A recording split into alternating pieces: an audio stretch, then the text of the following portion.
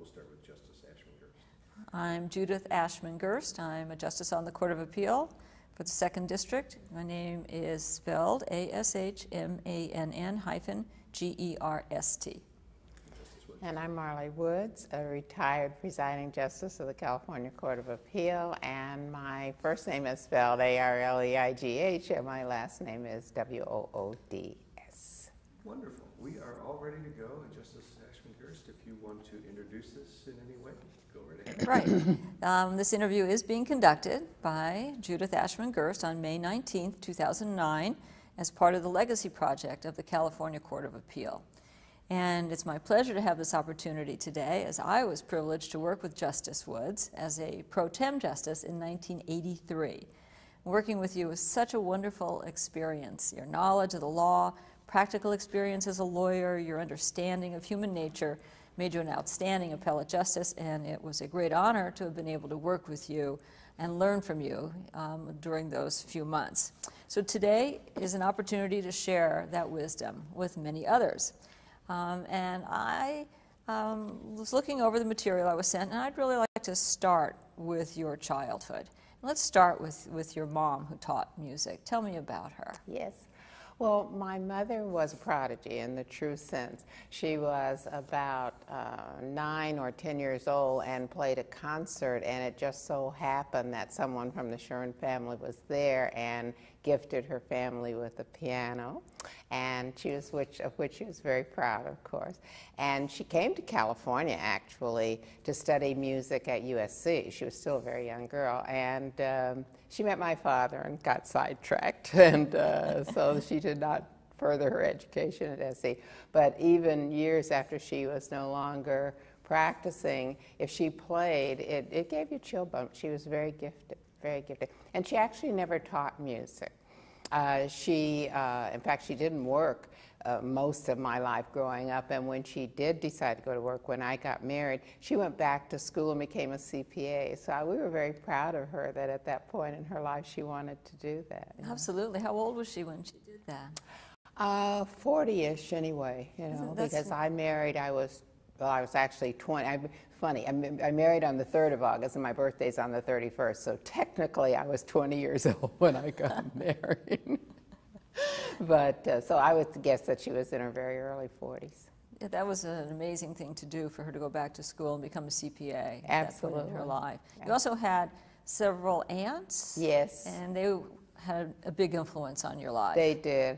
We were not a very prolific family, I'm afraid, and my mother had 3 sisters and none of them had children, so I, as a consequence, had 4 mothers, and there was a good side and a bad side to that, But they were wonderful women. My grandmother was a very strong woman and who was absolutely committed to educating her children, and so all of them had degrees and were professional persons. Mainly they taught school, but one was an accountant and one was a dental technician, and they were wonderful. I was very much loved, and I think it's very important. I think a lot of your confidence and your drive comes from your childhood experiences, good or bad, and in my case it was wonderful to have that much love growing up. And you had all these women as role models for you, and that's right, to provide you, with the strength.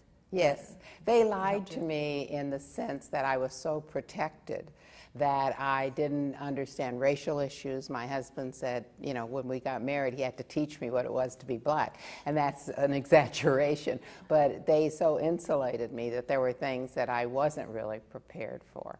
But I'll forgive them for that because I got so much benefit from it. You grew up in Los Angeles? I did. I was born in Los Angeles and I grew up here. And where exactly? What area were you living? They then refer to it as the west side of LA.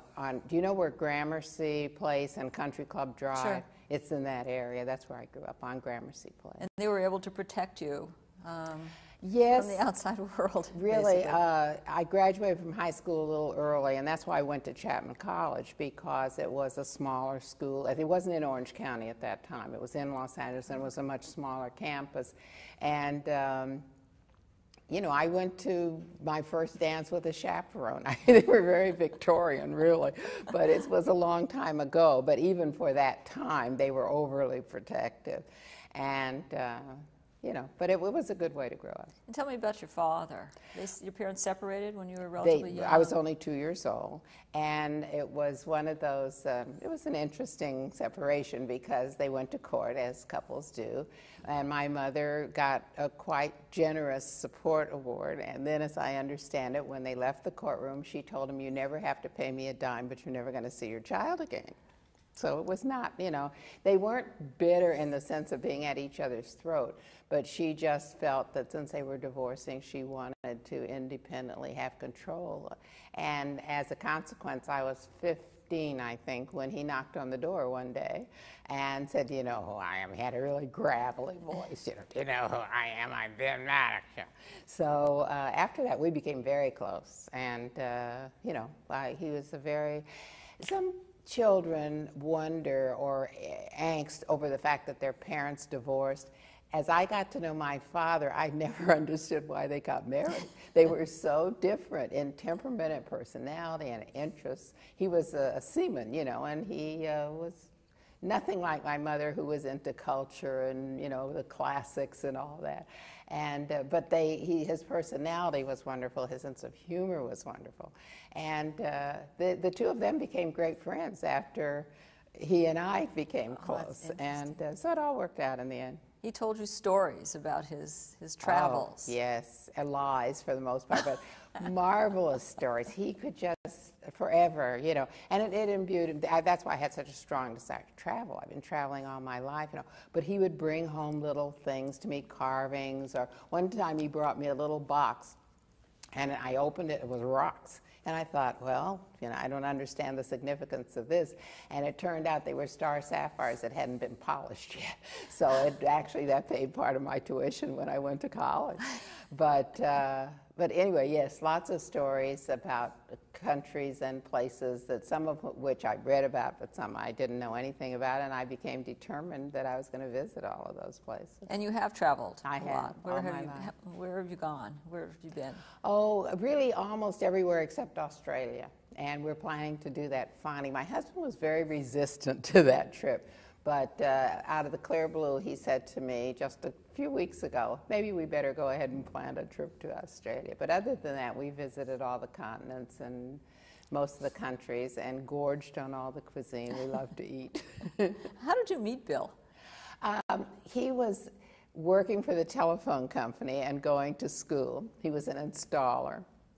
And, you know, they had those cute little things that bounced around on their hips, and I saw him walking down the street. But actually, I was in college, and I was getting ready to go to law school, or thinking in terms of going to law school. And they came on the campus.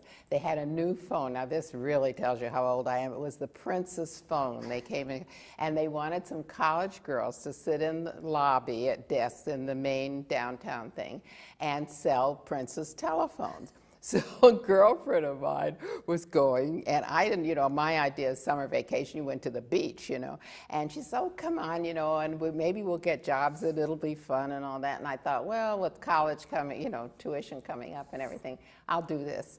And so I did, and of course what happened, I got hired and she didn't. But anyway, I was working in the main office, and he came into the office for something and saw me. And as the story goes, he told the person he was with that that was the woman he was going to marry. And years later, you know, at our wedding, this fellow was running up and down, speaking to anyone he could get to listen. I was with him when he first laid eyes on her. He said he was going to marry her. So that was about when you were 18? Yes. You were 20. That's right. Mm-hmm. Mm-hmm. And Bill, well, you went on to law school. Yes. But that wasn't what your first choice was. Not your at first all. choice was medicine, right? That's right, that's right. But seeing as I was making that choice when I was 9 years old, it was a little early, you know, to be very confident about it. But I persisted, and I really had more interest in medicine, and I had none in law. I just didn't gravitate to the law. But at that point in time in the 50s, when I graduated from college, I couldn't get admitted to a local medical school, and most of the black doctors who came along at that time graduated from Eastern or Southern medical schools.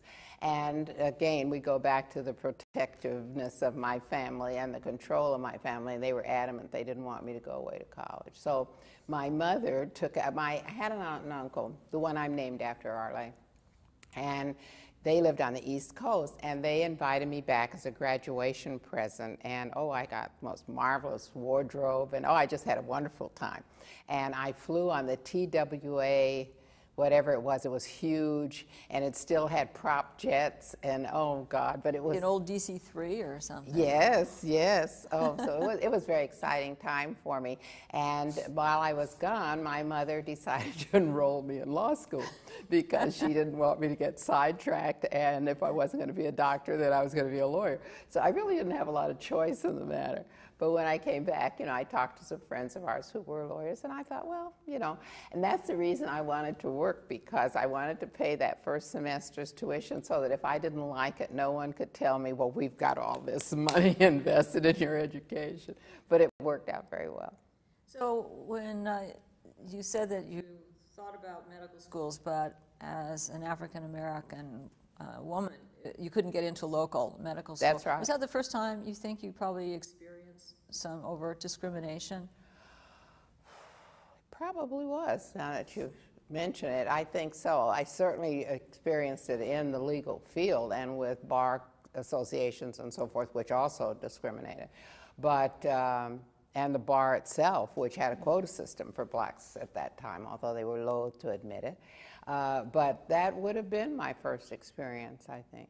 Well, wasn't there a time when the bar didn't allow, or the LA County Bar didn't allow either African Americans or women to be members? Absolutely. And the quota system for the bar was 3 African Americans in each bar. And I gave a speech, right, after I had been admitted, and I was at the athletic club where they did not accept black members, but I was invited there as a speaker for some group, I don't remember exactly which, and I had no idea there was any press in the room. And in my remarks, I commented on the fact that, I was being nasty really, but I commented on the fact that it was a privilege to be in the athletic club because the only way I could get in there was as a guest of someone else.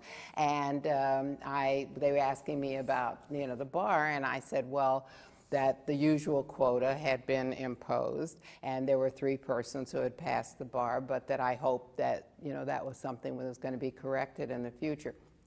The bar I took was the first bar where they had mixed subjects. It used to be the old bar, if you had a contracts question, it was strictly contract. Well, this one would be corporate contracts. And so it frightened people, and it was a very low pass rate because of that. And I wasn't, bright enough to let it bother me. I just wrote what I saw, and, it worked out fine. But as a consequence, I was asked to speak about that and what I thought about that being the pattern for the bar and so forth. And of course, I mentioned the racial business. Well, it turned out it wound up on the front page of the LA Times, and the bar was, denouncing me and my comments and the fact that it wasn't true. And the next bar, 15 black candidates passed, and one of the black fellows referred to it as the y'all come bar. But, it was gratifying to see that kind of reaction to the fact that they were exposed to the press. No one had ever done, just never thought in a situation where it would make press to say, come on, you got a quota system here and we know it, But anyway. Shocking to think of that. It's shocking to think that Yes. was the case, isn't it? Yes, yes. Oh, and I know some shocking stories. There was one man that was a good friend of our family's who graduated #1 class at Caltech and wound up a postman because no one would hire him. And that was before my time, but I was certainly a teenager when that happened. So there was no overt prejudice that you had to deal with growing up in Southern California. I was never offended in a restaurant or nothing like that ever happened to me in my life, but all these other subtleties were going on, and I certainly was aware of them. So your mother signed you up for Southwestern. Yes. How did she choose Southwestern other than it was close to home? You think well, it's because of that? I think it was several things. I think one thing was that it was late in the game, you know, for registering to go to law school and everything, and she didn't really know all the nuances of getting my credential and all that together. And someone, and I don't remember who it was, but I think there was one of the lawyer persons whom we knew had said to her, well, register at Southwestern because they're more lenient and all that business at that time. And then if she wants to transfer later, she can, but at least you'll get her into law school, because they said it's too late to try to get her into UCLA or USC or whatever, you know. And at that time, Joan Klein came along at that time, and she was in the class, or maybe the class just before I would have been in, and they gave her a very hard time, and she was the only woman in the class, and she was only admitted because she had was a graduate of UCLA, so I wouldn't have had any chance of getting in there. Yvonne Braithwaite went to USC a couple of years after I went, and was the first woman of color to go to USC. So even in the law field, there was still some problems. More so, I think, as a woman than as a woman of color, but there were very few women admitted. I think when my husband graduated law school in '59, there was only one woman. Yes. In his class. Yes. Well, there were three, I think, in each of the classes at Southwestern, but it was, you know, there was a paucity of women, and it wasn't all the law school's fault. There weren't that many women applying to go to law school. And that certainly changed. We have 52% female registration now. That's something. Isn't it wonderful? But the time you came out, a time like when Sandra Day O'Connor couldn't get a job, Yes. and Shirley Huffstedler was offered a job. Mildred Lilly. That's right. Well, Mildred Lilly was offered a job as a secretary, and a contemporary of mine. In fact, the very law firm that I wound up going with, and that she was partially instrumental, because I had lunch with the head of the law firm at her invitation, but she had worked for them as a secretary, and after she passed the bar, she approached them about coming to work for them as a lawyer, and they said, oh, no. So it was a very different time, very different time. When you did graduate from Southwestern, where did you start your law career, and what was that like? Before I got the bar results, to show you what an egotist I was, Bill and I went out and rented an office and bought office furniture and started getting me all set up. Isn't that a terrible thing to admit, but it's true. And so I opened my office. I didn't know anyone or anything I know. And a man came into my office, and he told me his name was Mr. Amos.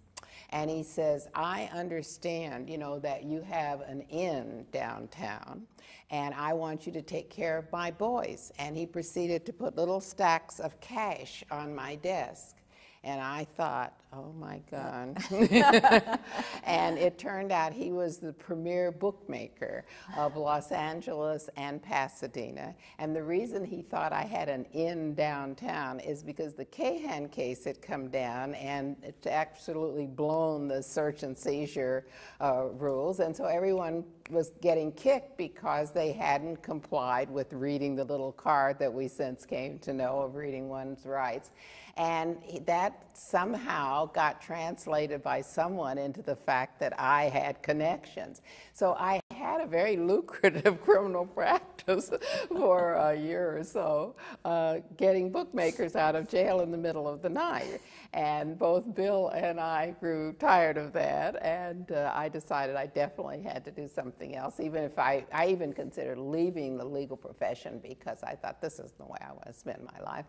And Ruth Jacobs, who had been a contemporary of mine in law school, introduced me to Abe Levy, who had turned her down. And we had a long talk over lunch, and he said, would you like to come with my law firm and do workers' comp?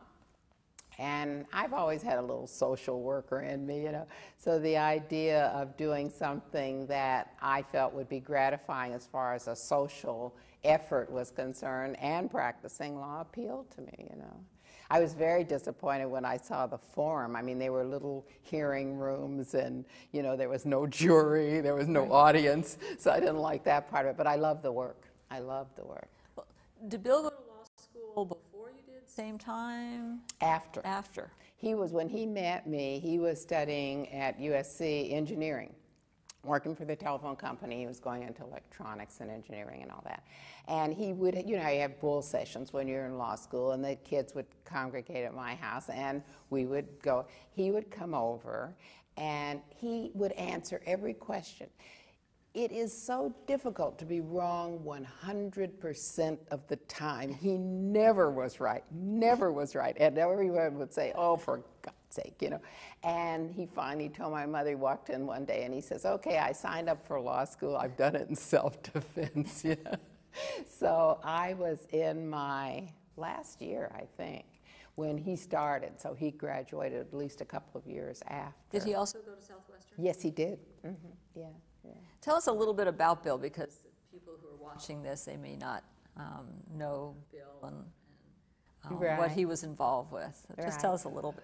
Well, he, as I say, he worked for the telephone company, and there were 5, again, this is a racial thing, but there were 5 black installers in Southern California, and he was one of them.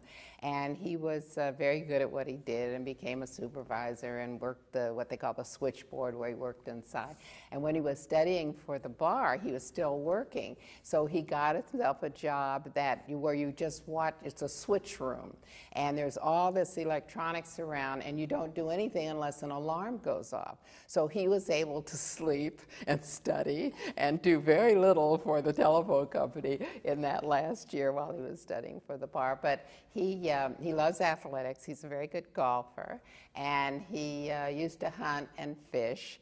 And I think I succeeded in stopping him from hunting, but he likes the outdoors very much. And I had never done the outdoors. I was I think like many young women my age at that time, you know, you get a bug on your silk blouse and you're horrified.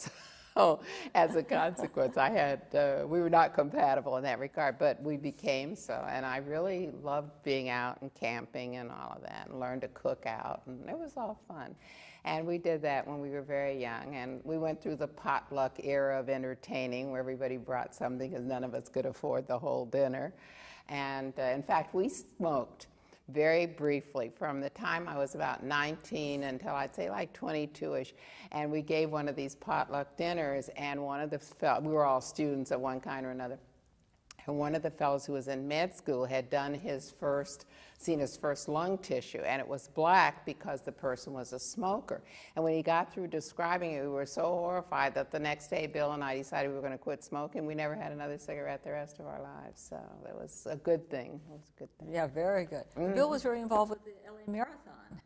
Yes. Well, he ran track at high school, and he ran with two very famous runners, and one of them, Mel Whitfield, and he was not in their league, but he ran hurdles, and he has short hamstrings and had rather an odd technique, but was very successful and really loved it. And so when the marathon started, he got on the committee and stuff because he was very interested in reinforcing the running mentality of Los Angeles. So he enjoyed that. Yeah, he was very involved in the community when the two of you lived here. Yes, he was. Right. He was. His practice evolved into a medical legal kind of thing because he perfected or learned very early on when doctors were first allowed to incorporate. He got in on the ground floor of that, and then he learned what was necessary to create a medical building, you know, all the laws with regard to that, but even the equipment that you must have and the permits you must have. And he did the Hospital for the Deaf here in Los Angeles and several private medical groups. And what happened, I shouldn't put it this way, but it's the truth, doctors at that time were changing wives the way most of us change clothes. And as a consequence, he had never wanted to do family law, but they would say, you're the only one that understands my business, you know where my money is, you know, and this kind of thing. So his practice became almost exclusively babysitting doctors and medical groups and getting their divorces. Yeah. So the time he's doing his thing, you're becoming one of the premier women lawyers in Los Angeles. You started off with that law firm, but then you also you pursued your medical interest as well. You went to the osteopathy medical school Yes. for several Yes. years so that you could combine your law and medical interests. That's right. Well, because the cases I was handling, I gravitated to the cross-examination of the doctors in the construction accident cases, and then in workers' comp, it's very much medically based. And I was fortunate enough to come along at the time that, you know, a heart attack was your problem, a stroke was your problem. It didn't matter if you were carrying 500 pounds at the time you had it. So there was not a lot of new law to be made in the field, and it was very interesting for me. And so at one point, everyone in the firm, you know, was to some degree involved in medical terminology. We had everybody had a Merck's manual on their desk, you know.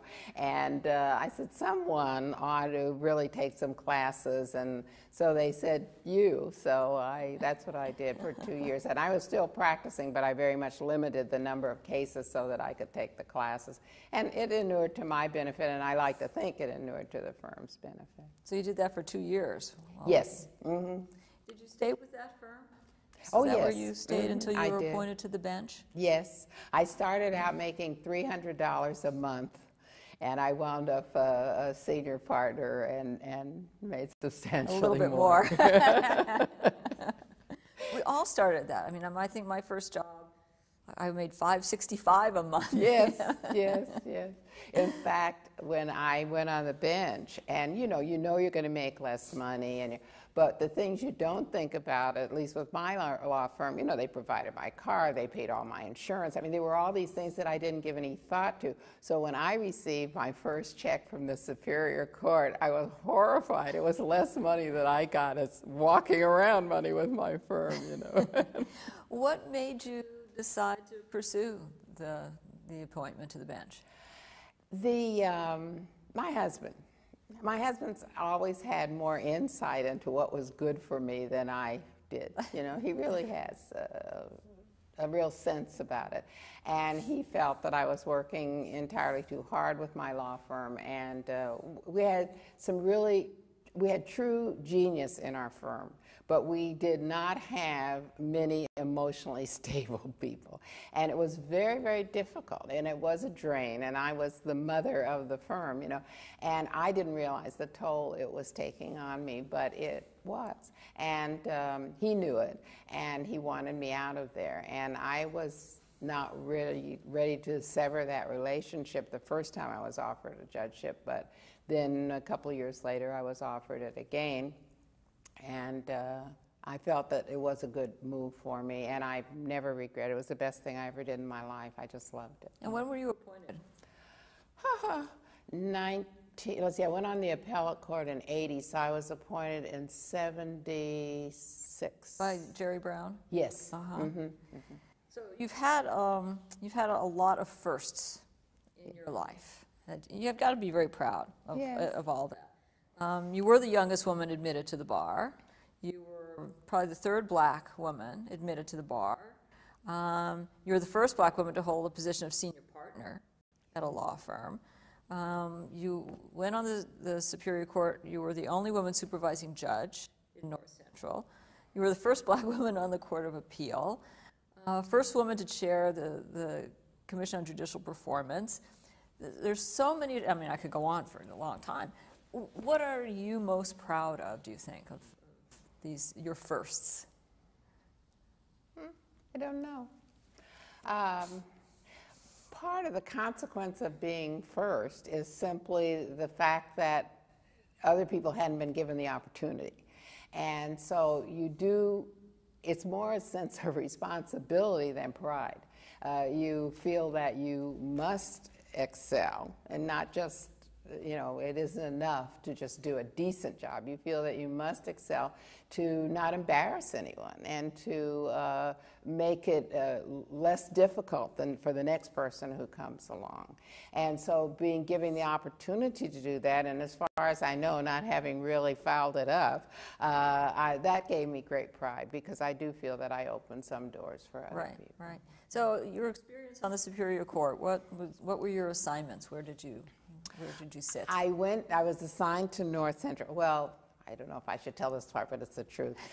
When I went in for the initial interview, they talked to me about going to it was like Pacoima or someplace that I really, when he said it, I couldn't quite even remember where it was, you know. And I said, I simply can't do that. And I didn't. I was so naive because of being in the labor field. You know, I didn't practice in the Los Angeles. And I thought when you became a judge and you were appointed, I was appointed to the Superior Court, that you sat downtown. It never occurred to me that you sat anywhere else. And so I wasn't going to drive an hour and a half or something. I just, you know, so... And you know, it's a shame. I mean, in retrospect, I would not have behaved this way, but I just didn't know any better. And so they said, well, Burbank, I lived in Los Feliz, so they said, well, Burbank is close, and you would be going in the opposite direction of the traffic, and that would be an easy commute, because it was the commute I was complaining about. And so I said, all right, and I didn't stop to think about the racial implication, but I was greeted with the headline, Black Woman to Sit in Glendale Burbank Courts, because Glendale was a city that when I was a child, and I didn't get exposed to this, but I learned later, that had the signs, you know, no blacks after 6 p.m. kind of thing, and it was probably the most racist community immediately contiguous to Los Angeles. So when I went out there as their Superior Court judge, it made headlines in the paper. The article that accompanied the headline was not at all negative, but it was just quite a surprise to see that headline, you know.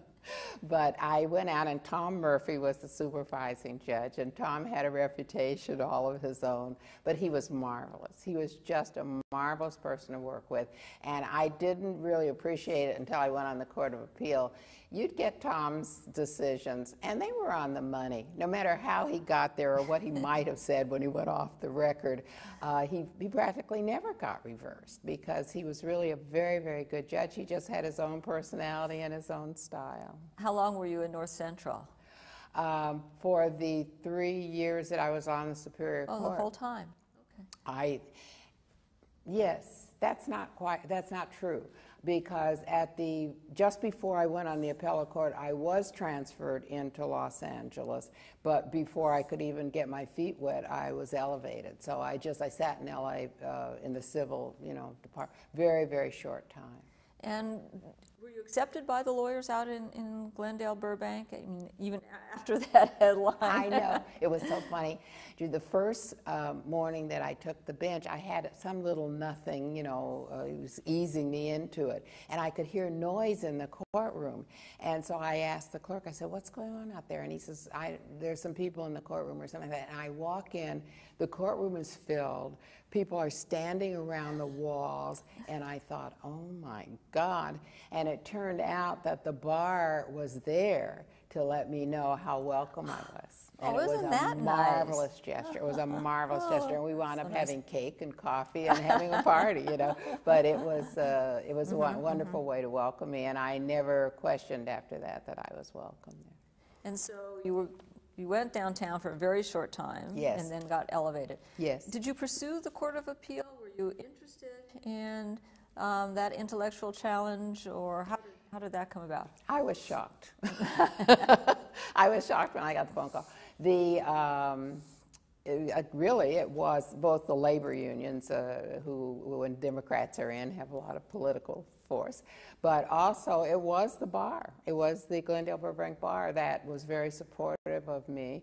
And I'm so terrible with names. I can't tell you this, and I'm very fond of him. I can't think of his name, but one of the premier lawyers in the Burbank Glendale, Rogan, Mary Rogan's husband, was a very prestigious lawyer in that area, and he happened to be chair of the bar admissions committee at that time. I think it's Jim Rogan. Not Jim? No, I think that's their son. There's a son. There's also a Pat Rogan who's a son. Yes, a son, right. I think they had 5 boys.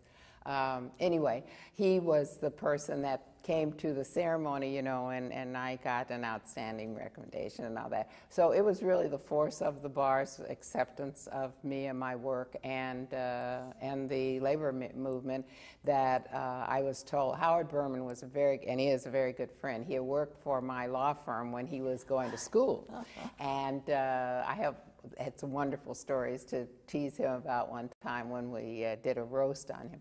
But he was, very close to Jerry Brown and the Assembly and all that.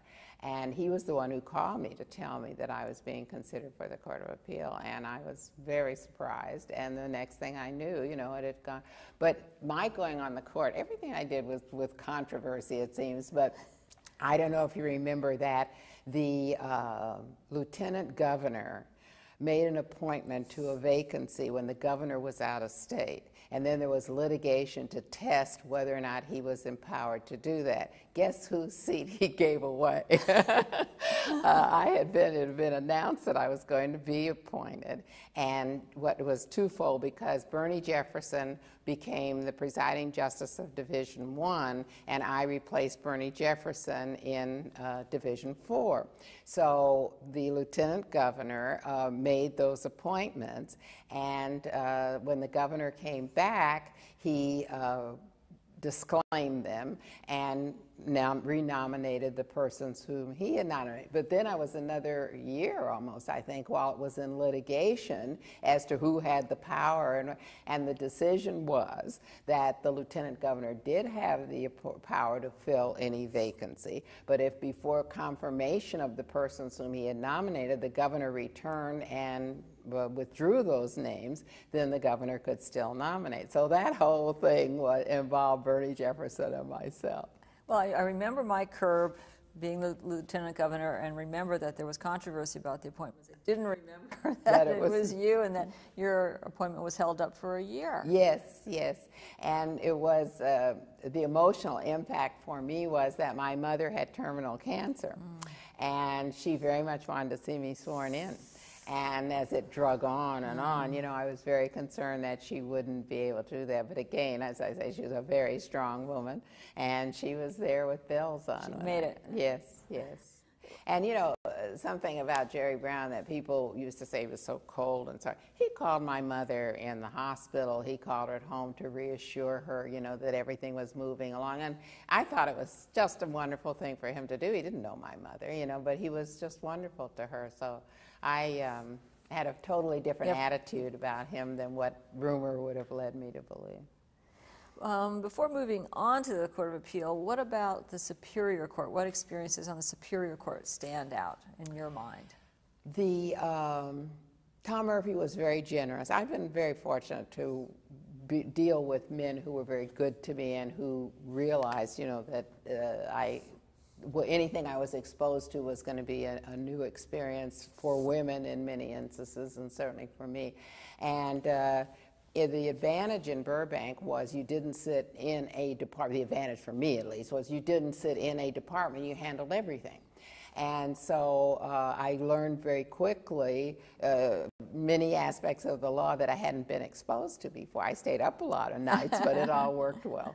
And he was just very generous, and he had a law and motion calendar. And he loved that law and motion calendar. I mean, here he had this big audience, and he could beat Tom Murphy. And he had never allowed anyone else to take that calendar. And he gave it to me. And it was a wonderful experience, but it was also very generous of him. It was something he did not have to do. And the same way when his term was up as presiding justice for the district, he nominated me to replace him. So he was very good to me and was instrumental, certainly, in what I was able to do out there. He called me princess, which, even at that time, women didn't like, but he was very good, very good. So then you went on the Court of Appeal to Division IV, and who were your colleagues at the time? Gordon Files was PJ, and Bob Kingsley, who had been dean at USC all those years. So they were both very much my senior, and I was very much intimidated by they were both excellent judges and scholars of the law. And there we were, the three of us, because there were two vacancies in that division. 6 months later, Jean McCloskey, who was the love of my life legally, was appointed to the division. And Jean and I had been on the Badgie Committee together when I was on the Superior Court, and we thought a lot alike and very seldom disagreed on an issue, and we were very supportive of each other. But that was a wonderful division to be on, because each of the justices had such different personalities. Files was quite studious and sort of reserved and severe, and Bob Kingsley was constantly telling you little anecdotes that happened 20 years before.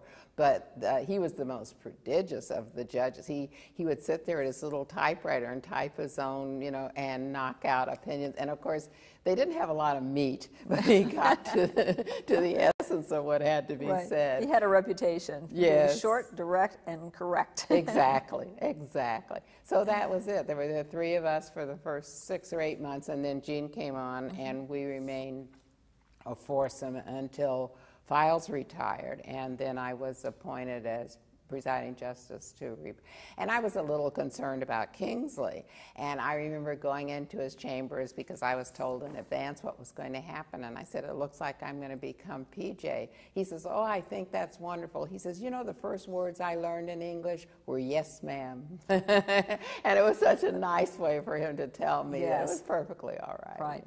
Yeah. And when I sat pro tem, I was able to sit with you and Kingsley and McCloskey. Right. What a wonderful experience. Oh, that I'm so was. pleased. Oh, I mean, you treated me like one of the gang. We selected nice, very bright people, Judy, and we were able to treat them as one of the gang because you cherry-picked the cases. You made sure they weren't too horrible. But we all went out to lunch. Oh, yes. Almost every day as a Our group. division did that. It's very collegial. It's good because it gives you an opportunity to socialize, and if anything has come up that might have caused a little rancor, it's smoothed out. And you also were able to talk about some of the issues if there was something that was really bothering you, rather than to go into someone's chambers and take up chambers time. We'd talk about it over lunch. Right. So. And collegiality is so important on the Court of Appeal. Yes. Without it, it can be a very difficult experience. Very difficult. Right. As APJ, I was exposed more to some of the inner workings of some of the other divisions, and unfortunately, we had a couple of divisions where there was not that collegiality, and it just makes it very difficult, Right. How long were you APJ? I think it was 4 years. When Lucas became, I was APJ when Rose Bird was Chief Justice. And when, after the election and everything, and when Lucas came on, I felt that he should be given the opportunity to appoint whomever he chose. And I resigned. And it was not because of any antipathy toward him. I didn't know him. But I just felt that he should have an opportunity to select someone that he wanted to work with, and that worked out fine. And I'd had enough. I was going to say that the APJ is a tough job, and the administrative responsibilities. Yes, well, the administrative responsibilities are not so overwhelming because, like everything else we do on the court, if you have good staff, they help you a lot with that. But it's this business of dealing with the personalities of that many judges, and they're so different, and it was sometimes awkward. After Justice Files retired, who came in to the division? Who became your fourth? Good question. Who became the fourth judge? When did Norm Epstein come in? When did Norm Epstein come in? Oh, yeah, it was Norm. Norm? You're right. It was Norm. It was Norm, and that was a wonderful addition. Of course, I don't know, Judy. We had a Marion. Isn't that awful? I did know the pecking order at one time, but I don't now. I'm not sure that a Marion didn't come in next.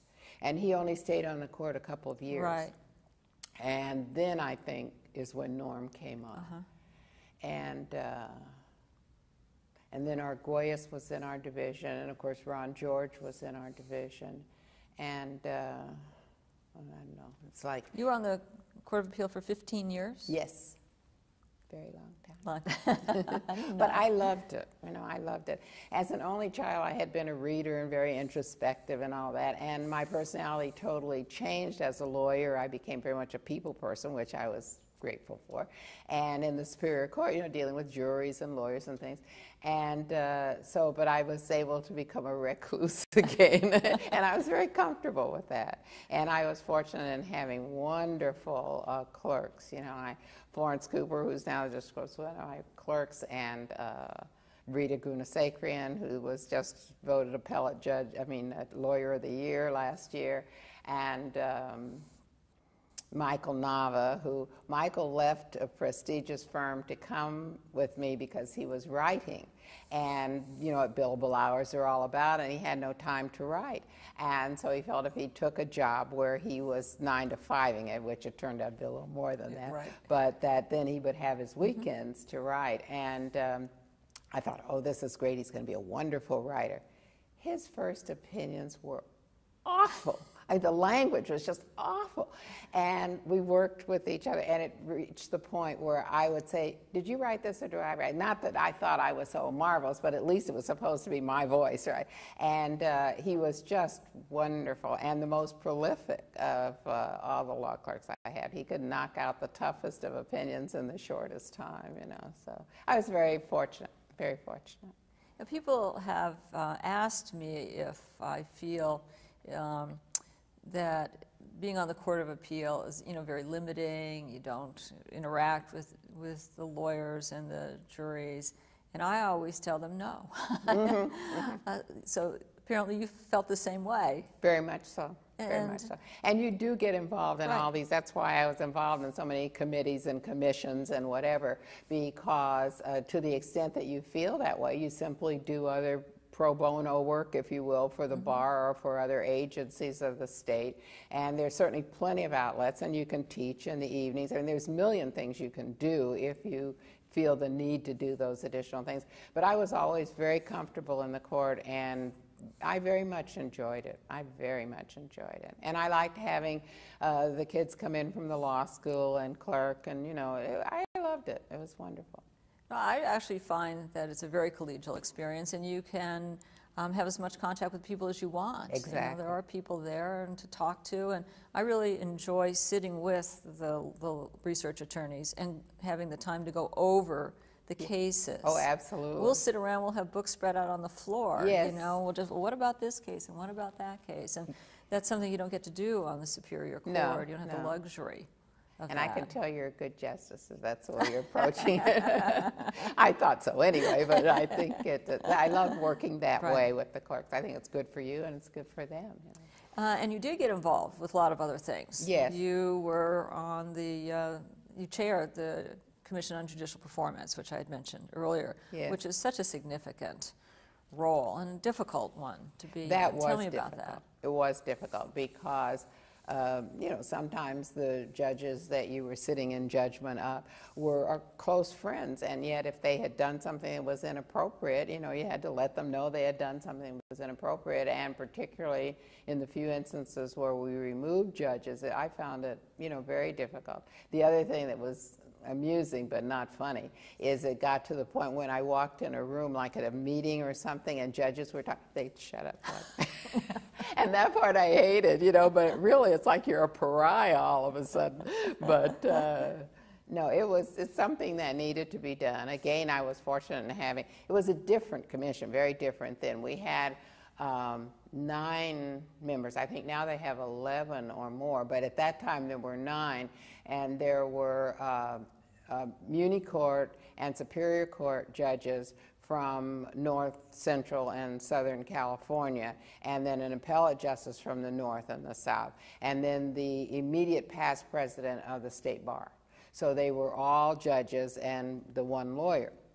No lay persons at all. And now I think there's like 4 judges and 5 or 6 not necessarily lawyers. There are a lot of lay members now. Yes. Right. And I don't know, it's worked. At first I thought, oh, this is going to be a disaster, because one reason in my time that they made sure they had both municipal and a Superior Court representation from the different areas of the state is the courts function differently, and what, certainly if someone commits a gross error, you know what that is ethically. I mean, but there are nuances of things that go on in the courtroom that might be perfectly acceptable in that situation, and if you've never been exposed to that court or that section of the state, you might not be aware, you know. So I thought it was very important, but apparently they've done very well without that kind of input, and that's what matters in the end. How long were you on the commission? The commission? Well, I chaired it for, I think, 5 years, and I was on a couple of years before I became chair. That's a big commitment. Yeah, it was a long time. You were on the Judicial Council? Yes. Which is another very important role and a big commitment as well. And it was, we didn't, you know, it's cyclical as to whether they have these really heavy issues to deal with. And we didn't really have the heavy issues on the council when I was on there. If we did, I don't recall it. But I don't think that it was overwhelming in that regard. There was the ongoing, from the day I went on the court, there was the big fight always between whether or not to merge the municipal court and superior court, which has finally been resolved, you know. And I think that the council might have been dealing with some of that. But the reason that I had to leave the council is there was a conflict between my chairing the Commission on Judicial Performance, which is really under the auspices of the Judicial Council. And so I gave up one job for the other. We've talked about Kingsley and McCloskey. There are a lot of other people that you've admired as well, when you and I were talking earlier. We were talking about Bernie Whitkin and Jefferson and to Briner, and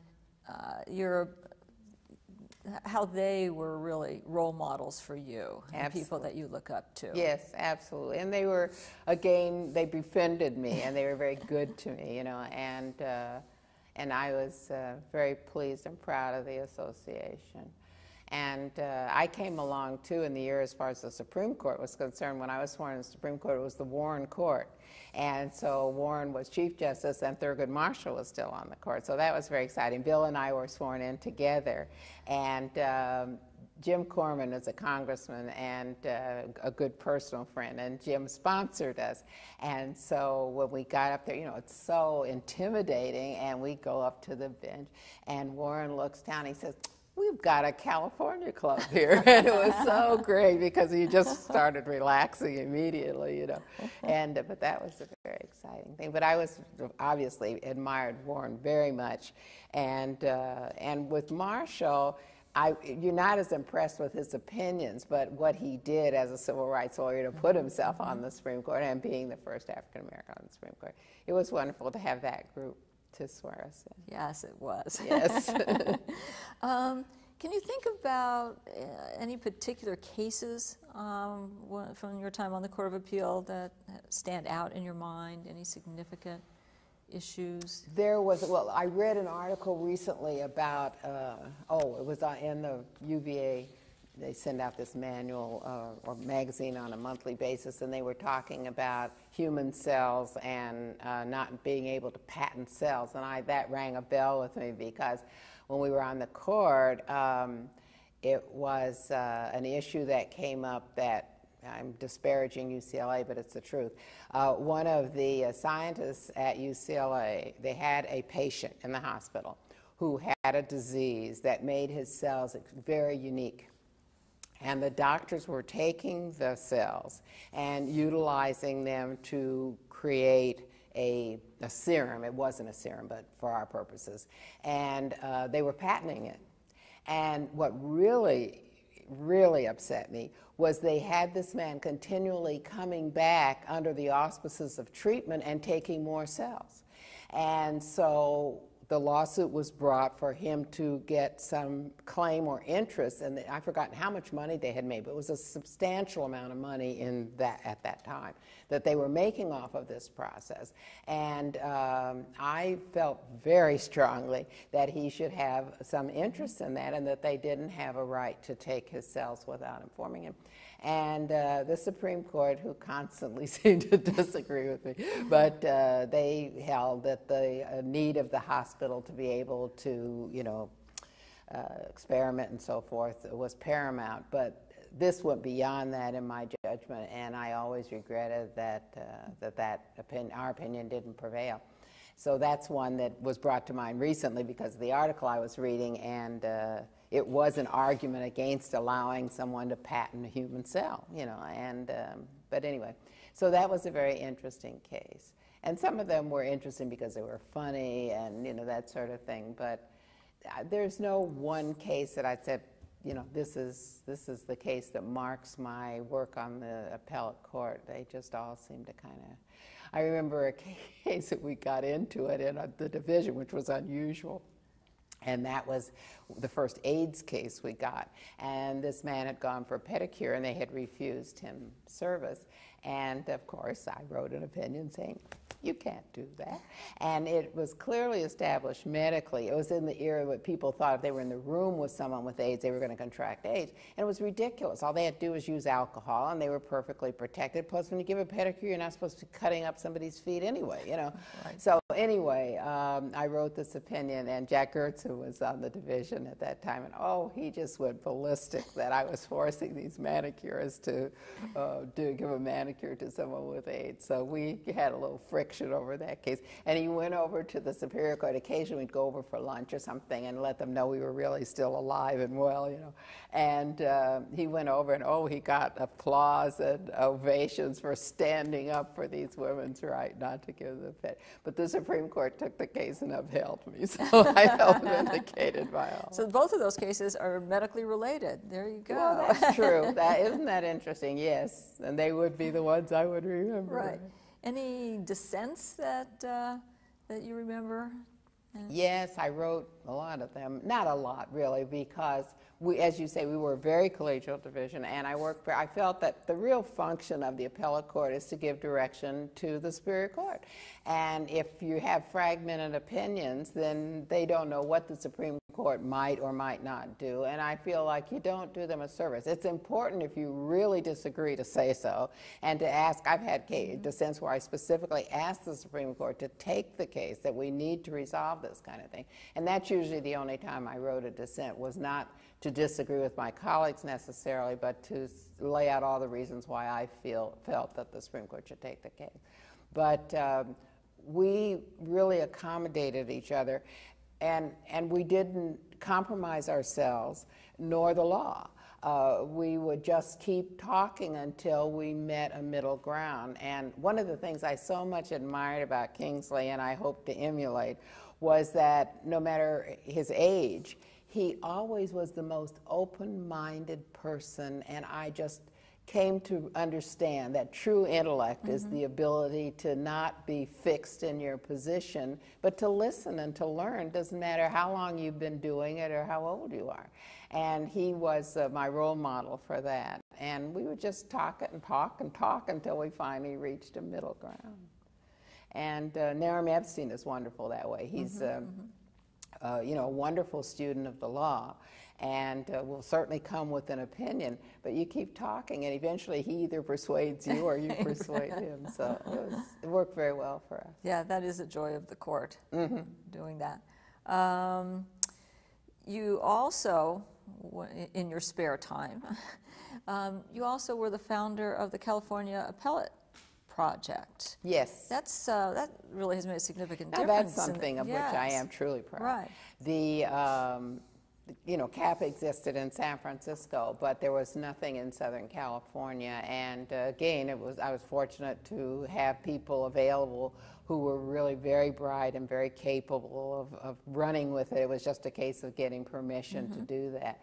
But for a while, I was known as the mother of CAP. I wasn't quite sure, but it's just worked so well and still does, and they do a wonderful job. And of course, now for a number of years, I chaired the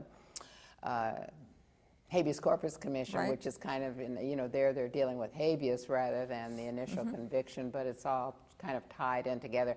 And I was nominated for that by CAP and continued to. I chaired it when it was first organized and we were, you know, getting started. And then 2 years ago, I ceased to be chair, but I'm still on the commission. What does that commission do? I'm not that familiar with They represent, they handle the habeas petitions for people who are on death row. And at the time that the commission was created, there were 173 people on death row with no lawyers. And so it was very important to correct that situation. But, you know, habeas, they come in with wheelbarrows as record. So it's very difficult to make inroads because as long as there are convictions, then you just don't catch up. But it's been, and we're doing both the federal and the state. And it's been really quite an undertaking, but something that's, you know, absolutely necessary. And again, we were so fortunate in the people that we hired, and it's just, we went from having nothing to having 35 lawyers. But what was so important was each lawyer has the staff, including an investigator, which in that work is extremely important because you go back and revisit witnesses and things to determine what errors were made, if any. And they have now, by computer, they have every opinion in that computer. They have instructions and directions so that a person who had never handled a habeas corpus case could go into the computer and start with the very first forms. And of course, they don't do that because there's too much at risk. I mean, you're dealing with someone's life. Right. But it can be done, and it is such an aid when you have lawyers who will volunteer to help do that work. The problem in that area has always been that lawyers just can't afford to do it. So the Habeas Corpus Commission, they have full-time lawyers as well as outside lawyers who take the cases. That's right. But most of the work is done by the full-time lawyers of the commission because, as I say, it's very difficult to get other lawyers to take the case. But when they do get lawyers that take the case, they assign a lawyer to work with them, and they have our investigative staff and all of that. Is there overlap with CAP, or are they two separate organizations? They're totally separate. Before you answer further, I'm going to change tack. Okay. Just about out. Continue anytime. Okay. Was there any resistance to the creation of these programs? Well, you know, yes, but not overtly so. There's always political maneuvering, and the more conservative the legislator or whatever, the less they want us to invest in trying to retry, as they put it, cases where people have already been convicted. But the main thing, of course, that the legislature can do is control the money. But we've been very fortunate in that regard, and we have in Ron a Chief Justice that's protecting the court and protecting that agency, and we have not really had we've had nothing but support. And he comes once a year, maybe more often, but certainly once a year, and actually meets with the commission and lunches with them, but goes over any problems that we're having, financial or otherwise. And of course, there's always the urging by he and Beth to take more cases, but certainly he understands why you can't take just so many of those, because they go on for such a, you know, you're talking about trials that sometimes lasted months, and you've got to go back and find the old witnesses and go, you know, they go through every aspect of the trial to see if there was error and if there's something upon which to base, you know, petition. So they do excellent work, and he recognizes that and is very, very supportive. You've worked a lot with him over the years. Yes. And of course worked with him on the Court of Appeal. Yes. I actually appeared before him when he was a municipal court. Oh, did judge. you? Yeah. Oh, how delightful. That's and he was, even then, just as, you know, charming and easy to be with as he is now. Yes. Well, when he was first announced as being appointed, everyone has, you know, their detractors, and we were hearing, oh, he's very ambitious and this, and I'm never, what's wrong with ambition? But it was said in a very negative way. And I appeared at his, what do you call this? Confirmation hearing? Yes, confirmation hearing. And I made a joke kind of about the fact that we were trying to find out whether he went to lunch because of what you said. Well, our division always lunched together, and we've been told that he didn't eat lunch. And so, but anyway, it was a funny thing. And of course, in the end, he went to lunch with us like everyone else that ever came into the division. But he he was very easy to work with, and he's a very good judge. I mean, he was then, but I didn't know what kind of an administrator he would be as far as the court is concerned, and of course he's been outstanding. So I'm very proud of the fact to have had an association with him. Absolutely. Yeah. So Southwestern, you love Southwestern. People like their law schools sometimes, but Yes. you are really devoted to Southwestern. Has just and done amazing things Yes. with it and for it. Tell us about Southwestern. Okay. When Southwestern was first organized in 1911, I think it was, there, of course, were no women, no persons of color, no persons of Jewish faith. And so the first graduating class had a representative of each of those things. And so you can see why, with that being the founding force, that you become very committed to. The other thing is that I came along in an era where it was difficult for women and for persons of color, and I felt that I owed Southwestern something for having given me the opportunity. And then Lee Taylor was the dean and was for 26 years, I think Lee was here. And we hit it off very well. And he would constantly ask me to do things for school, and I would not decline, you know. And I really, there was a mission here because it was a smaller law school, it wasn't that well known, and he strove to get its name out there and became one of the first dean, I think the first dean from a small independent law school that was elected as president of the AALS. And so he was working very hard in that regard, and I was trying to do my thing. And then this business came up about buying Bullock's Wilshire. Well, people thought he was absolutely insane. But we had always used their parking facility because we didn't have adequate parking on the other side of the street. And so the idea of actually owning it, you know, to say nothing of the building. So the board voted enough money to go back to New York and bid on the bankruptcy. And of course, we didn't vote enough money, and there was a man there who wanted to buy the building and make a shopping center. Do you know how awful that would have been? So anyway, we appropriated some more money, and he was successful with the bid. And of course, after it was finished and people came and saw the library and saw, you know, what we'd done here, oh, well, Lee was a genius too. And the other thing that was interesting about acquiring the building is that Caltech owned the land. And when we approached them, we knew the kind of money we were going to have to spend to do what we wanted to do with the building. So we approached them about purchasing the land, and they said, well, we don't sell land, we acquire it, you know. I mean, it was just like, where are you, from the moon, you know?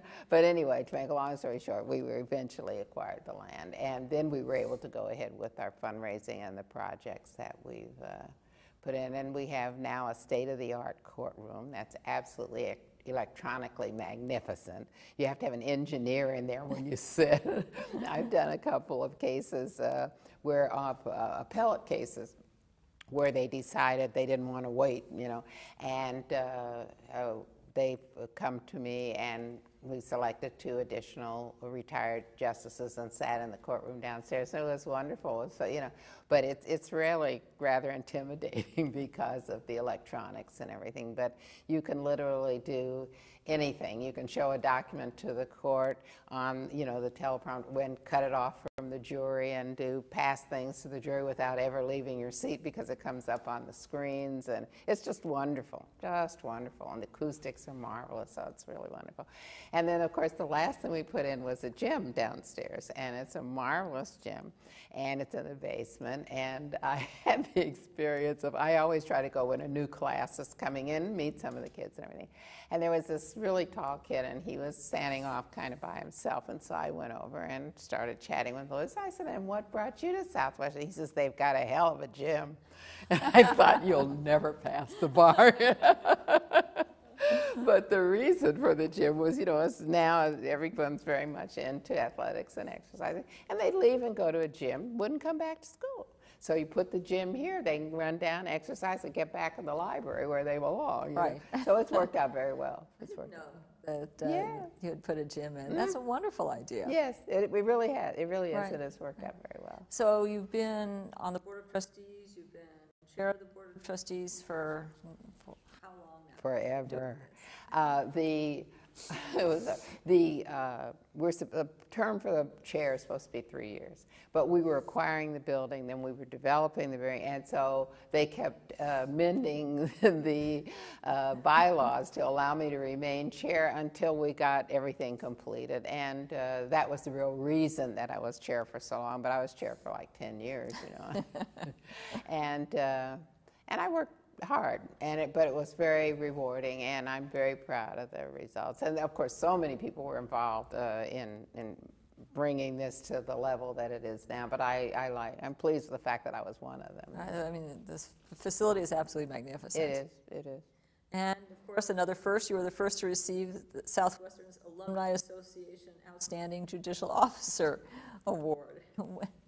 That was just newly created Right. at the time when they decided to give it to me. But and that was fun. We were still small, and so a gathering like that was a fairly small group, and you could have fun with them. And I remember the ceremony, and it was very fun. So from the time you started as a judge until the time you retired, did you see a change in the attorneys?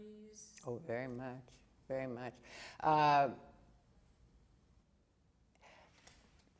And everyone complains about commercializing the law and billable hours and all of that. And it's true. I mean, it's just a fact. But it became so preeminent that there weren't that many lawyers doing pro bono and all these other things. Now it's kind of gone full circle. People are putting in the hours and the time, but they're also finding the time to do the things that were what lawyers originally did. I mean, you know, they were in the forefront of change, and they were people-oriented and issue-oriented, and we've gone back more to that. And the law schools are encouraging. We have clinics here, we have children's clinics here, and so we encourage the law students, even as they're learning the law, to see the commitment that they have to give to the community, or that they should give to the community. And I think that they're coming full circle on that. But I couldn't believe the hours that lawyers were working and expected to work, and they had no time to spend with their family, and they certainly had no time to get involved in these other things. And as I say, I'm happy to see that change. And of course, electronics changed the practice totally for judges as well as for lawyers, but more so for lawyers and for law schools, because it's difficult. I mean, you can't live without a laptop. But on the other hand, it's one thing to teach issues that way, and it's something else to try to teach concepts and to get the class to, you know, feel those other aspects. And I think it's like everything else. There have been some good changes and some bad, but I think the two things that changed the most were the demands that were put on lawyers, and then the whole electronic era of having a different approach to how you do research and how you do everything. And in this process of grinding out so many hours, I think as an appellate justice, I think the briefs deteriorated.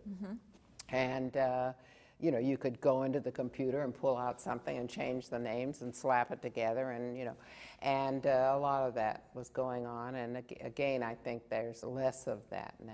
How about the quality of oral arguments? We were fortunate, I think, in that regard. Occasionally you would get an attorney who was clearly a trial lawyer and thought he was still arguing to the jury, you know. But for the most part, because we have the specialists in Southern California, we are very fortunate with the appellate bar that you get a different quality of argument than you get, because even I sat on the Supreme Court several times, you know, as a pro tem, and sometimes I was amazed that the argument there was not necessarily as good as what we were hearing. It's like when you go to a moot court and the kids are arguing better than the lawyers, you know.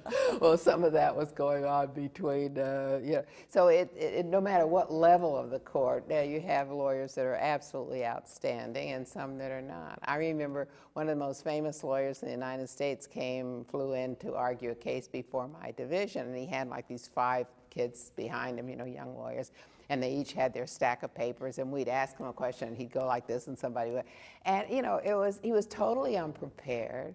He was very unimpressive, and he was wrong, you know, and so that was a disappointment. But, you know, reputation can take you a long way, but you don't necessarily produce when you get there. So that taught me something about that dynamic, too. Right. A lot of people talk these days about how uncivil particularly civil lawyers are. Did you have that experience as well?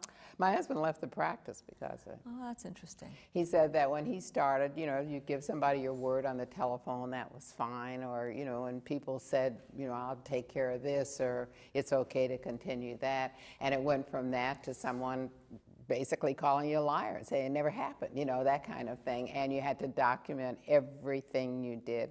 And he finally reached the point where he says, you know, this isn't fun anymore. I don't want to do it. I don't enjoy the people that I'm working with, and not his partner, of course, but I mean the people that he came in contact. And that was really the last straw as far as his leaving the practice.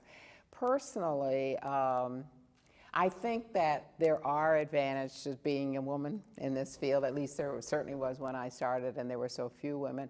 And as a consequence, you know, if anything, the lawyer would pull out the chair for you, you know, rather than insult you in any way or compromise you or lie to you. And the judges were the more offensive. I had a judge call me little girl. I had bailiff tell me you can't come in here, you know, where the bar was, because he assumed I was not a lawyer, and that kind of thing. But it was more a basis of ignorance than anything, you know. I remember the first time my law firm sent me to argue a case of any substance, and afterwards, one of the partners knew this judge, so he asked him afterwards, you know, what'd you think about her and everything? He says, I didn't hear a word she says, but she has beautiful hands. Oh, God, that's not going to help me advance in my firm, you know. But I do talk with my hands. I tried to curb it some when I was practicing law, but it's difficult. But, no, I can't say that I personally experienced, there were women in my era who did, but I was fortunate, and maybe it was because of the nature of my practice. Oh, now, I've had some really, I had a entire union hall get up and walk out when I got on the stage, the ironworkers. The idea of a black woman was going to be their lawyer, I don't think so. And so it isn't that I've never had experiences, but for the most part, it was just the reverse of that. I was very welcomed, and, you know, I represented the United Auto Workers for 17 years, and they are the class union in the United States. And, you know, they were very warm and receptive and gave me opportunities that I probably wouldn't have had otherwise. And the rubber workers, which I don't even know if the rubber workers exist anymore, but there was a rubber workers union in Southern California when I came along, and they employed quite a few women. And so I was very warmly welcomed there, because at that time there were only, I think, 3 women in Southern California in the field. So either you were revered and appreciated, or you were condemned as being out of your place. So anyway, I've had both experiences. So civility there was an issue, but in the courtrooms, I not. How about as a judge? Any lawyers ever rude to you because you're a woman or because you're African American? I really can't say that they were. I really didn't have that experience. Did you ever have that? Yeah, I've had a few. Have you? Yeah. Clearly, who call you judge rather than your honor. Oh, yes, have yes, to. yes. Okay, Okay. okay. Put down, you know. Mm-hmm. Mm-hmm. Yes, I know. But I don't. I'm sure I would remember if that happened to me, and I haven't had that particular experience. You know, as I say, the little girl bit, but after that, nothing. It was so funny, when I started practicing, one of the, oh, well, the women lawyers didn't accept me, I'll tell you that. Oh, I went to a women lawyers, I only went to one in my life, and I went to, I mean, not in my life, but in my young life, and I went to this meeting. Of course, I was very young. Most of the women there were old enough to be my mother, and there was no other person of color in the room. And they made it very clear that I really wasn't welcome. They didn't really think I belonged there. And I never went again until years later, you know, when I got very involved with women lawyers and women judges. But they were quite a group. It's interesting because when I first started practicing, there were so few of us that we all took care of each other. Exactly. We knew everybody. Exactly. We knew all other women lawyers, and we were, you know, close to the group. People like Maddie Flyer. Yes, yes. Oh, well, you were a Todd, wonderful yeah. group, you know, and that was a whole different era, you know. This was, because see, I practiced law for 17 years, so when I'm talking about was 17 years before I ever became a judge and before you were born, and as a consequence, it was very different then, and women were not as generous, and particularly to the fact that I was as young as I was and the fact that I was a person of color. They just, you know, but one woman who decided she was going to be nice to me, and she told me that when we went to court that we wear hats and we wear gloves, and because the men wear their ties and their jackets, that we have to be appropriately dressed, and she wanted me to wear. Well, at that time I had hair down to my waist, and I bought this little hat and plopped it on the top of my head, and I went into court, and this clerk, who was really turned out to be a nice fellow, came over to me. He says, first we went through the you don't belong in here and I'm the lawyer and all that. And so then afterwards he was bending over backwards to be nice, you know. And so he said to me, you know, maybe I shouldn't say this, but I think you'll do better with this judge if you lose the hat. And I never wore a hat to court again. Was it Gladys Towles Ruth who told you to wear a hat? No, it wasn't Gladys, but Gladys was, I was in court one time when Gladys, I was still a law student, and I went to visit a criminal courtroom, you know, and see and Gladys came in a hat that had, the crown of it was a cage, and there was a live bird in it, and a big brim, you know. And so the judge told her, he says, will you please get that creature out of my court? But she was one wonderful lawyer. I mean, for all her eccentricities, she did it obviously to be flamboyant and to get press and to get attention. And but she represented people who then, like, that were gay or whatever, and that had a hard time in a courtroom. And she did a fabulous job. You know, I came to respect her very much beyond her hat. Well, you obviously loved being a judge. Yes. But you decided to retire. Yes. Go into private judging. What made you decide to do that? William, my husband. Mm-hmm. He had retired. He has made a full career of retirement. He retired early, and Bill was always a businessman, and so he didn't have the same passion for the law that I did. For him, it was, whether it was with the medical groups or whatever, it was always an instrument to getting the money he needed to do a lot of other things. And he had done all those things, and he really, and as I say, he really was pushed to retire because of this lack of civility. And he was just involved in business, and he bought a restaurant. And he was very much enjoying that. But he finally was saying, he said, look, you know, this is going on for years and years, and I didn't retire from the law to become a restaurateur. And so he kept pushing me and pushing me. Well, we decided we were going to build a home. We went to Washington. We worked our way up the coast looking for acreage on a river, which was, this is all him, you know.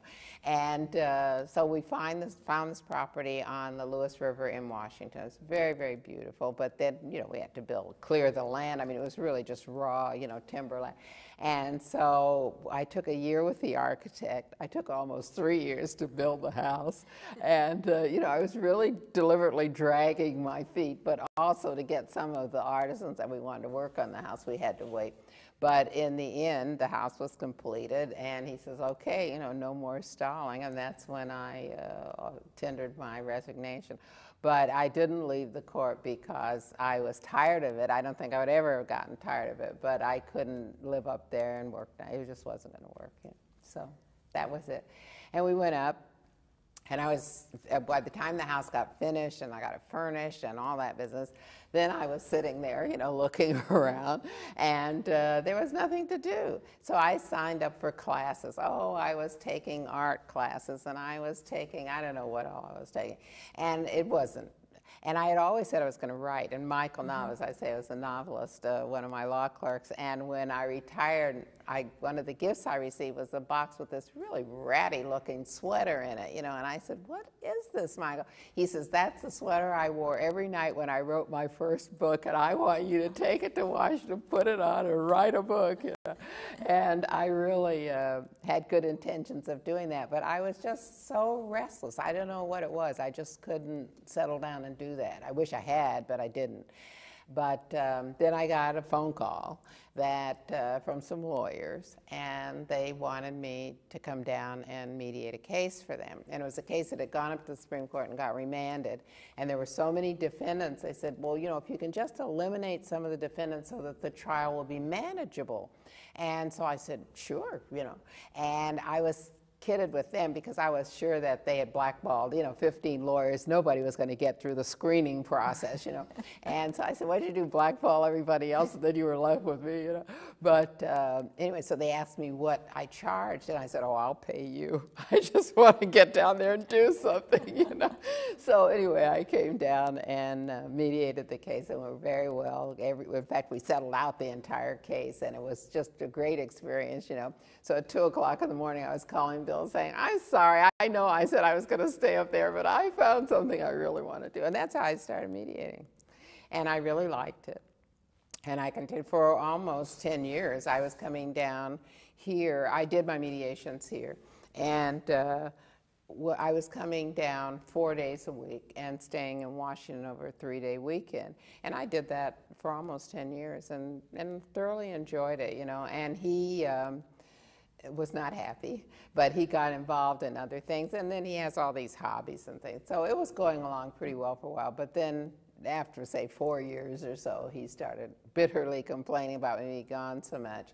And but it worked its way. And then finally now I have slowed down dramatically because of his health, and but everything, I'm ready now. I wasn't ready then, and I can spend more time at home now and really enjoy it.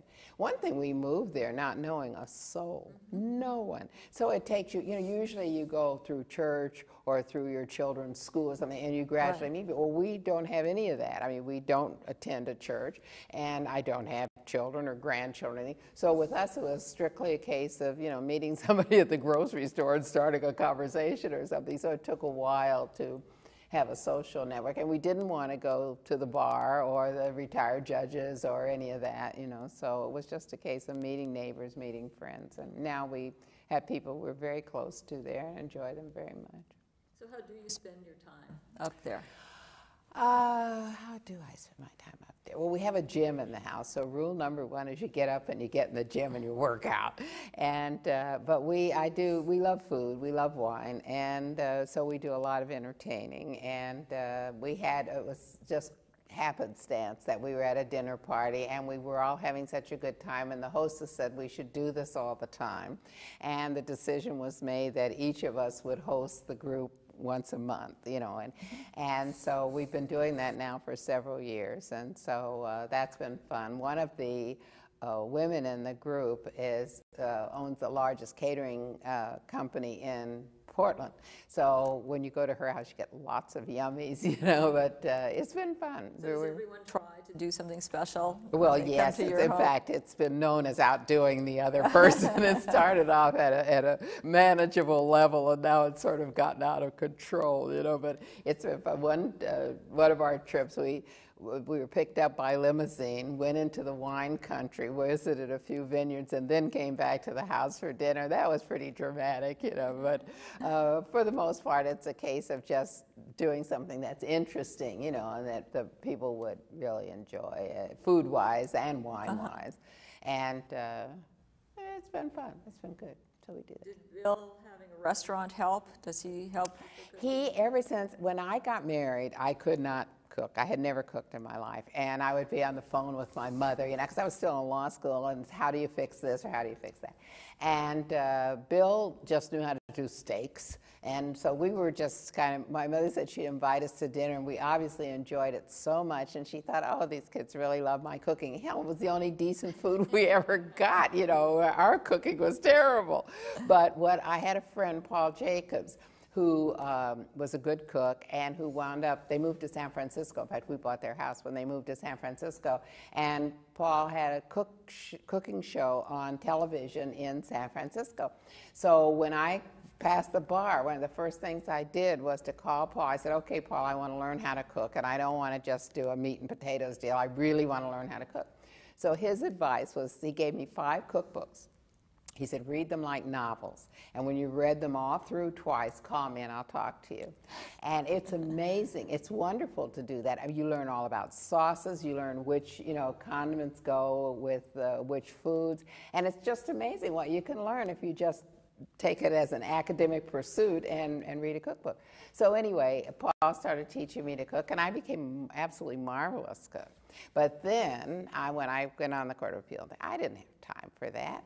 And Bill got the restaurant, and we were fortunate to have someone that worked for us for 20 years, and she also did the cooking. But Bill got the restaurant, and the chef started teaching him how to cook. Well, the thing that happens is you learn all these techniques where you can do in 15 minutes what it takes someone 2 hours to do. So that part was just wonderful. And of course, I didn't mind having someone in the house that turned out all this good food. So all these years I haven't cooked. So now, you said, what am I doing now? One of the things I'm doing is all these recipes I've been clipping out for years. There were just mounds of them in boxes. I couldn't have found anything if I wanted to. So I'm organizing all of that and sort of doing my own cookbook, because I'm absolutely determined to start cooking again and to outdo Bill in that regard. So. I wanted to do this up in Washington, this interview, and then I could have sampled. I know. Well, I wanted you to do that at one time. I thought that was what was going to happen. And the budget interfered. Yes, that's right. You said you now do a lot of outdoors things. What do you Well, do? not in the sense that you do. You're very athletic, and I'm not. But, you know, ours is like taking advantage of the area and doing a lot of climbing and walking and that sort of thing. And, but there are a lot of believe it or not, as much as it rains in the Northwest, there are a lot of outdoor things in the sense of concerts and that sort of thing. I love the theater, and we have season tickets to the various theaters up there and the opera, and to the point that Bill sometimes really gets sick of it. But it's very good theater there. Dance has never been my thing particularly, so I can't speak to the ballet or even the modern dance companies there, but the theater is very, very good. In Seattle? In Portland. I live in Portland. You know, I live in southern Washington. We're on the Lewis River, which is like a suburb of Vancouver, Washington. And I commute in and out of Portland. And so all of the theater that we attend is in Portland. The restaurants are on both sides of the river. Let's see, any, you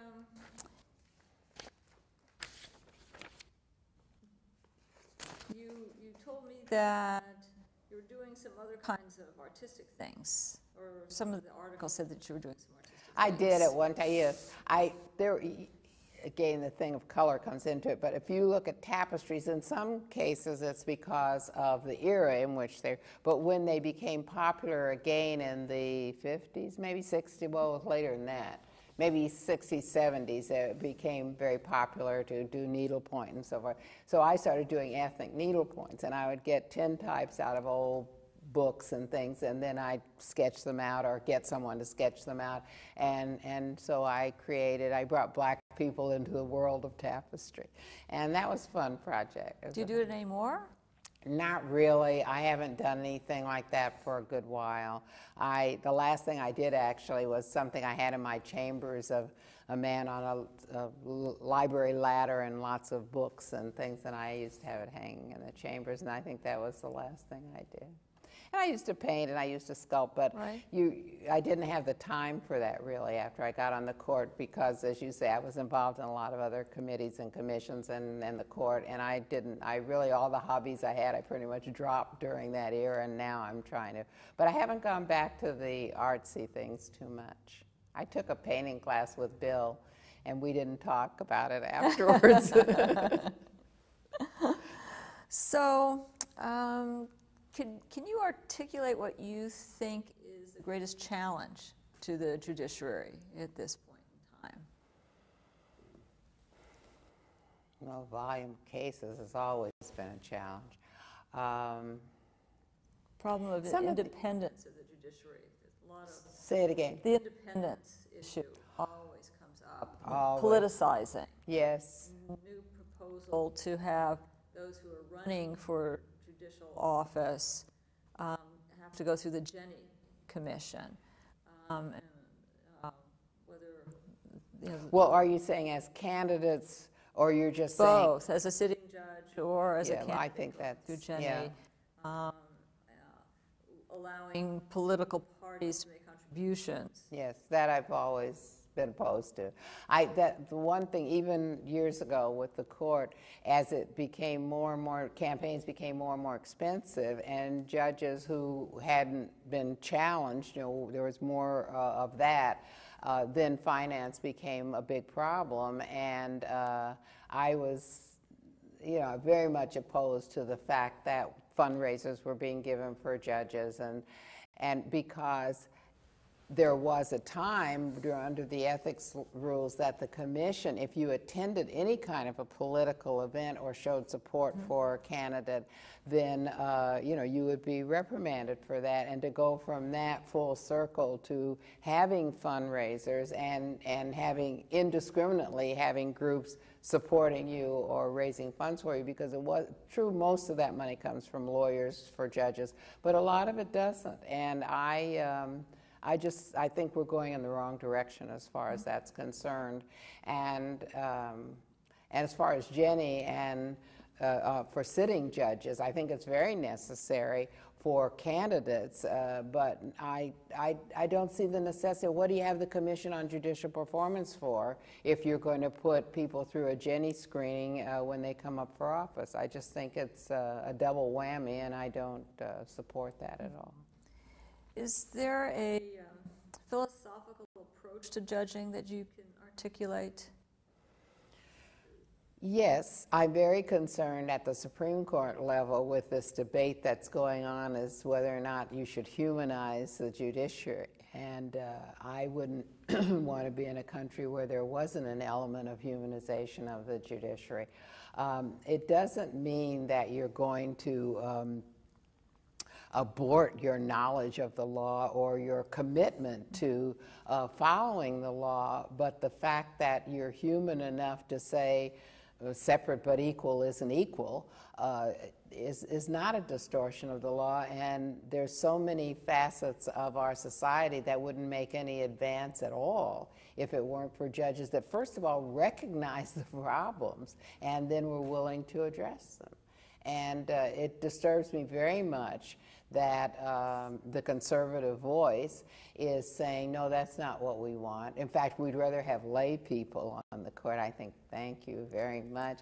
But even if you don't go to that extreme to say, no, we just want a judge to read the old cases. We don't want him to notice that people are in dire circumstance and need assistance. That troubles me very much because that isn't what lawyers were supposed to be originally. They were statesmen, and they had as much commitment to the community and to seeing that the country went in the right direction as they did into writing the law.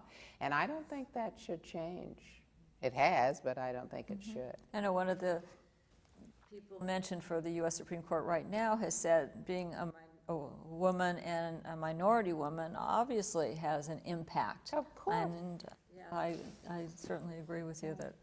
I was interviewed once and they asked me which did I find the greater handicap, being a woman or being black, and I said I've never experienced one without the other. How would I know? If you're going to discriminate against me, then what do I know what your pet peeve is, but it's true. I think you are more sensitive when you have been exposed or been associated with people that have been exposed.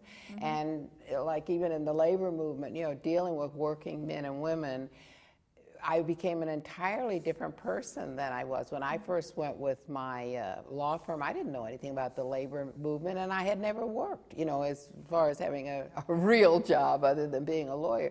And it was a whole new world, and I learned what making a paycheck stretch was all about, mm-hmm.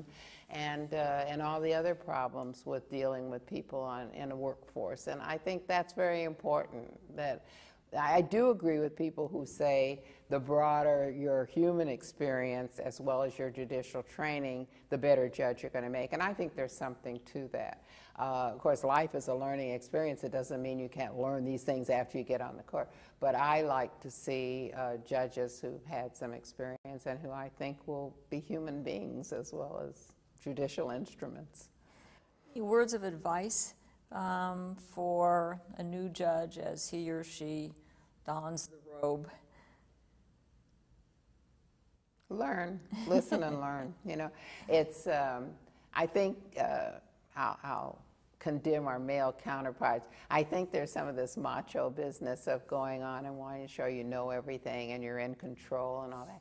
And that to me is not, if you're new and you're into a new experience, you seek advice from everyone, and you listen, and you grow. And I think that that's the most important factor. And you continue to study. Don't just feel like you've made it and it's over with, and all you have to do is go case by case. There's so much out there to learn. Well, you've received so many awards over the years. The Appellate Justice of the Year by the California Trial Lawyers, Los Angeles Trial Lawyers, the Bernard Jefferson Award for Judicial Excellence, the Langston Bar Association Hall of Fame, and again, I could go on for pages. But having known you, as long as I've known you, you deserve the award for grace, charm, intellect, and compassion. And I just want to thank you so much for your years as a judge and for allowing me to interview you today. Oh, thank you so much, Judy. I'm delighted that you were the interviewer. You made it so easy for me, but I really appreciate the compliment. Thank you. I told you we'd keep it